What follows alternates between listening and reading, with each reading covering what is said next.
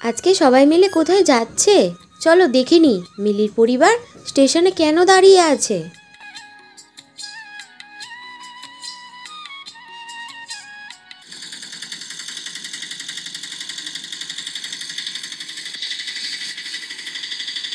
ভালোই ভালোই স্টেশনে পৌঁছে গেছি।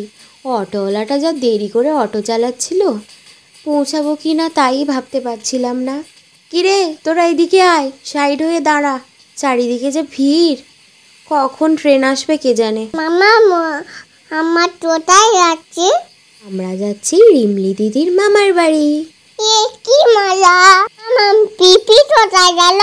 পিপি গেছে টিকিট কাটতে। পিপি তো অনেকক্ষণে গেছে, কখন যে আসবে। ও মামা আমার দুধ গরম ডাকছে।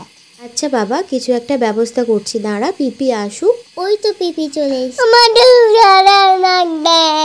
আচ্ছা বৌদি চলো, ওখানে একটা ক্যাফে আছে, ওখানটায় বসি। আধ ঘন্টা ট্রেন লেট, ওখানে একটু বসে বাচ্চাদের একটু কিছু খাইয়ে নিয়ে তারপর আমরা বেরোবো।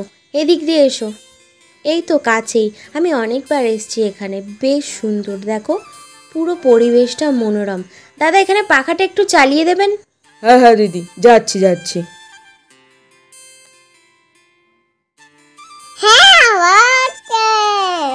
যাকগে, আমাদের পুচকুটার গরমটা কমলো এবার। কি খাবি বল? আমি কেক খাবো।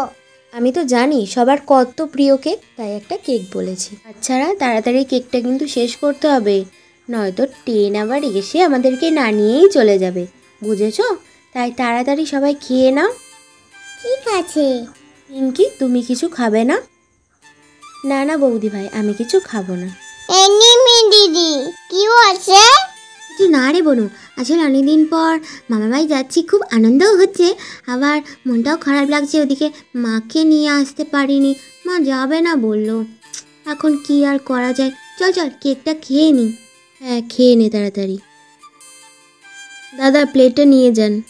হ্যাঁ নিয়ে যাচ্ছি। চলো পিঙ্কি এবার উঠি নাকি, নয়তো আবার লেট হয়ে যাবে। হ্যাঁ বৌদি ভাই, তুমি তুলুকে কোলে নিয়ে নাও। চলো চলো ওঠা যাক এবার। এই টাইমেই চলে এসেছি, এবার ট্রেন ছাড়বে। ওঠো ওঠো। কখন যে আসবে ওরা, এত দেরি হচ্ছে কেন? মনে হয় এই ট্রেনেতেই আসবে।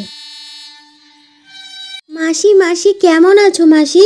ভালো আছি, তুই ভালো আছিস? হ্যাঁ আমি ভালো আছি। দাঁড়া দাঁড়া, ওদেরকে আগে নামিয়ে আসি। হ্যাঁ ভালো আছো?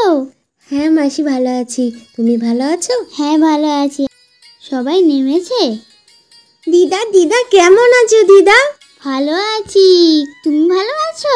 হ্যাঁ দিদা, কতদিন পর তোমার সাথে দেখা হয়েছে, আমার খুব মজা লাগছে। আমি কতদিন পর মামা বাড়ি এসেছি। চলো সোনা এবার বাড়ির দিকে যাই। হ্যাঁ দিদুন চলো চলো, তবে মা এলে ভালো লাগতো আরো। আয় রে মা, ঘরে আয়। বাইরে কতক্ষণ দাঁড়াবি, আয় ভেতরে আয়। হ্যাঁ মাসি যাই। আয় বস। হ্যাঁ মাসি। আর সবাই কই? কি রে, ভেতরে আয়।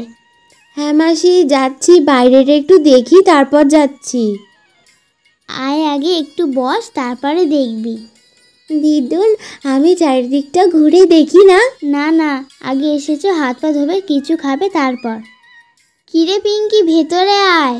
না দিদুন, আমি কিচ্ছু খাবো না এখন, আমি একটু ঘুরে দেখি না তারপর।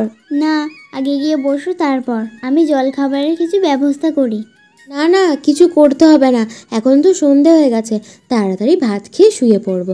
এত ব্যস্ত হতে হবে না মাসি। ঠিক আছে, যেমন তোদের ইচ্ছা। মাসি আমার পুরনো কথা মনে পড়ে গেল।